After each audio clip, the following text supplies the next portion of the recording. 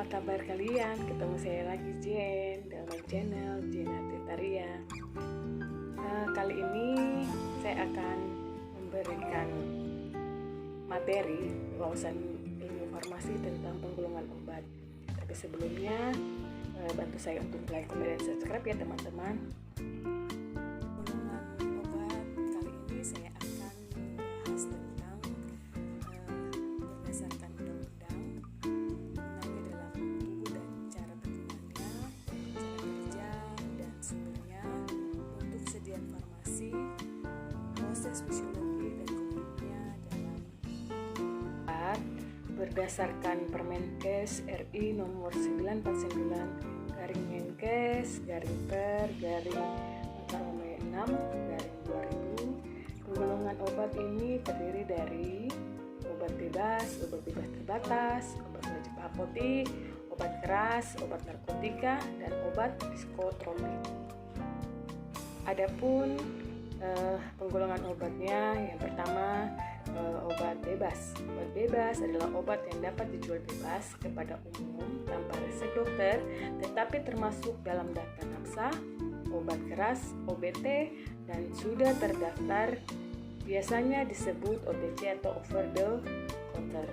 Penandaan obat bebas diatur dalam SK Menkes RI nomor 23/SKA/1/1983 tentang tanda khusus untuk obat bebas dan obat bebas terbatas, di mana untuk obat bebas tandanya bulatan berwarna hijau dengan tepi berwarna hitam. Contohnya minyak kayu putih, Oralit, OBH, OBP, paracetamol tablet, dan vitamin C. Kedua, ada obat bebas terbatas. Obat bebas terbatas adalah obat yang dapat diserahkan kepada pemakainya tanpa resep dokter bila penyerahannya memenuhi kriteria sebagai berikut. Obat tersebut hanya dapat dijual dalam bungkus asli dari pabrik atau pembuatnya. Pada penyerahan oleh pembuat atau penjual harus mencantumkan tanda peringatan yang berukuran 5x2 cm dengan tulisan berwarna putih. Penandaan menurut keputusan Menteri Kesehatan 2380/A/SK/6 pada tahun 1983.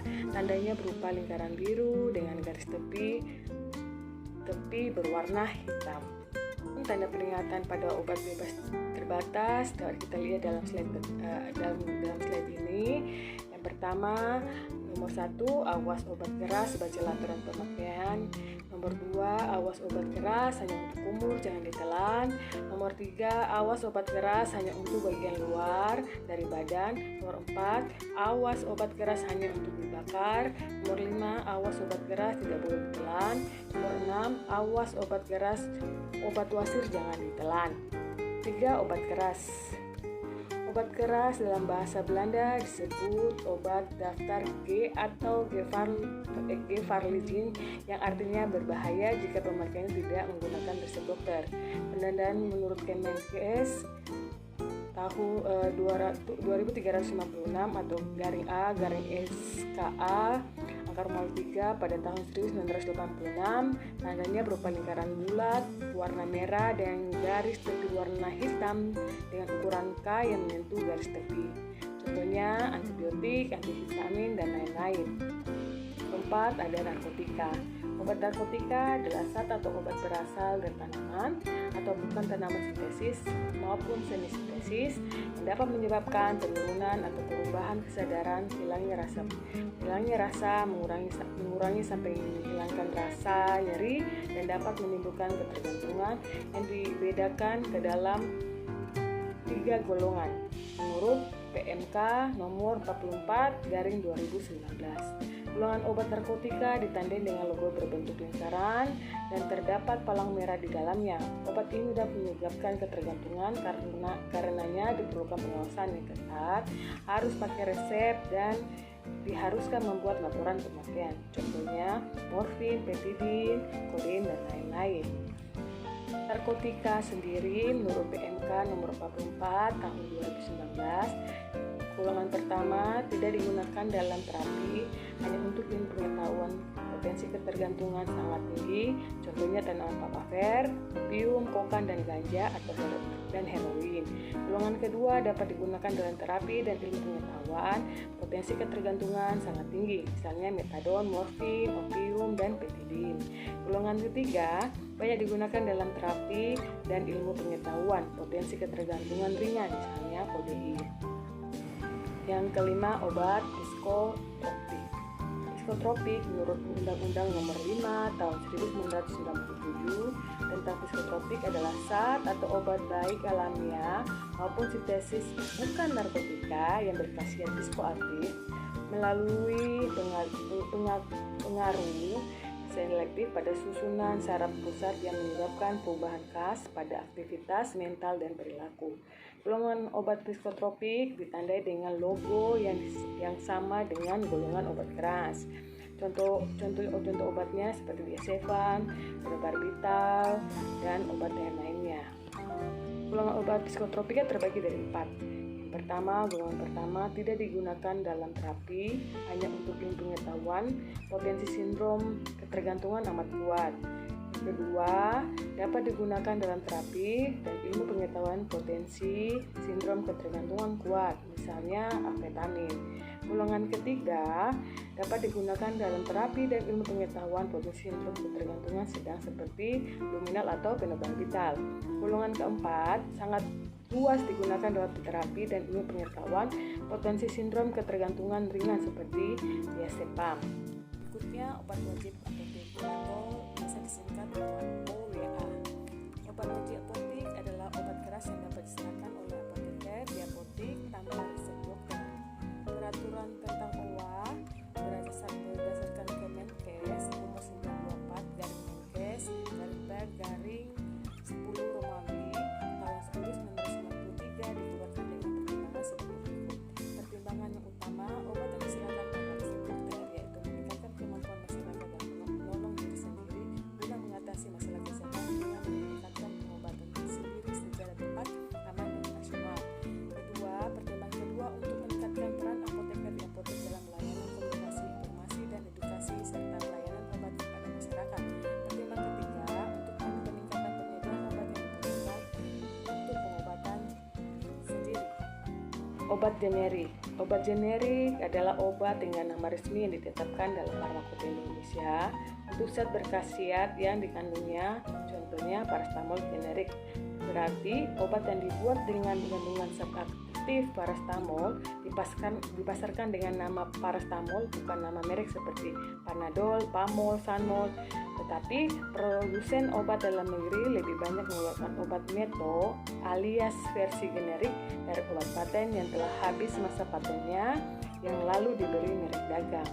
Kalangan perusahaan farmasi di Indonesia yang lokal cenderung memposisikan produk semacam ini sebagai obat paten, mungkin karena mereknya didaftar di kantor paten, walau sebenarnya lebih tepat disebut sebagai branded generik alias obat generik berlogo. Ya, ada obat generik yang terbagi jadi dua. Pertama, obat generik berlogo yang lebih umum disebut obat generik saja, atau obat yang menggunakan nama zat berkhasiat dan mencantumkan logo perusahaan farmasi yang memproduksinya pada kemasan obat.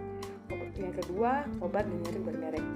Yang umum disebut obat bermerek adalah obat yang diberi merek dagang oleh perusahaan farmasi yang memproduksinya.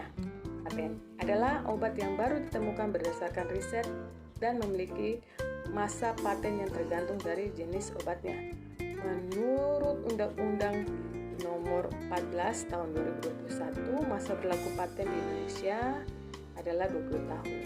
Selama 20 tahun itu, pabrik farmasi tersebut memiliki hak eksklusif di Indonesia untuk memproduksi obat dimaksud. Perusahaan lain tidak diperkenankan memproduksi dan memasarkan obat berupa kecuali ketika memiliki perjanjian khusus dengan pemilik paten.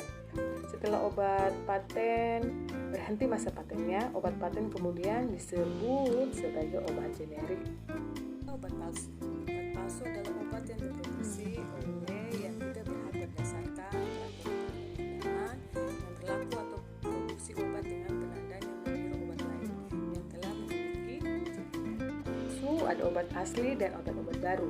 Pengertian dari obat asli adalah obat yang didapat langsung dari bahan alami atau bahan alam, terolah secara sederhana atas dasar pengalaman dan digunakan dalam pengobatan tradisional. Sedangkan obat baru adalah obat yang terdiri dari satu atau beberapa campuran bahan obat sebagai bagian yang berkhasiat maupun yang tidak berkhasiat atau komponen lain yang belum dikenal sehingga belum diketahui khasiat dan keamanannya.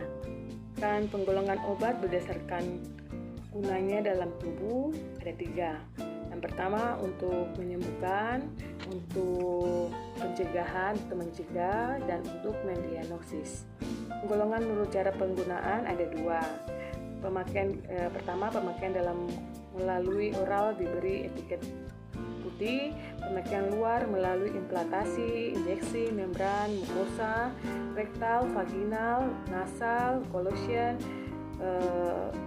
gargarisma, gargle diberi etiket biru. Penggolongan menurut cara kerjanya ada 2 juga.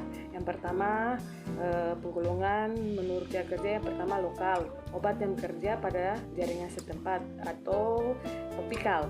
Sedangkan yang kedua sistemik, obat yang didistribusi ke seluruh tubuh, misalnya analgetik. Ada juga penggolongan obat menurut sumbernya. Pertama berasal dari tumbuhan seperti digital, kina, minyak jarak. Berasal dari hewan seperti minyak ikan, Aedes aegypti, sera. Berdasarkan dari mineral dan pertambangan seperti garam dapur, parafin, vaselin, sulfur. Berdasarkan dari sintesis atau tiruan atau buatan, kamfer, sintesis atau vitamin C. Berdasarkan dari mikroba dan fungsi jamur, misalnya antibiotik, penisilin, dan lain-lain. Golongan menurut bentuk sediaan farmasi ada 4. Bentuk padat, misalnya serbuk, tablet, pil, kapas, supportorium. Bentuk setengah padat, misalnya salep, krim, pasta, gel, salep mata. Sedangkan untuk bentuk cair atau larut, bisa sirup, obat tetes, obat kumur, injeksi, infus, dan lotion. Untuk bentuk gas, misalnya seperti inhalasi atau untuk inhaler. Penggolongan obat berdasarkan proses fisiologi dan biokimia dalam tubuh dapat dijelaskan dalam obat farmakodinamik yang bekerja terhadap inang dengan jalan mempercepat atau memperlambat proses fisiologi atau fungsi biokimia dalam tubuh. Yang kedua, obat kemoterapeutik. Obat ini dapat membunuh parasit dan kuman di dalam tubuh inang. Obat ini hendaknya memiliki kegiatan farmakodinamik yang sekecilnya terhadap organisme inang dan berkhasiat untuk melawan sebanyak mungkin parasit dan mikroorganisme. Obat-obat seperti obat-obat neoplasma juga termasuk dalam golongan obat ini. Yang ketiga, obat diagnosi. Obat untuk membantu dalam mendiagnosi atau pengenalan penyakit seperti barisulfat untuk membantu diagnosis dalam saluran lambung usus serta natrium niopanoat dan asam iod organik lainnya untuk membantu diagnosis pada saluran empedu. Sekian materi dari saya, kiranya apa yang telah saya sampaikan pada pertemuan atau pada channel hari ini bisa membantu teman-teman dan untuk menambah wawasan teman-teman. Saya ucapkan terima kasih, salam sehat selalu. Jangan lupa like, comment, dan subscribe untuk membantu saya dalam membuat video-video berikutnya. Terima kasih.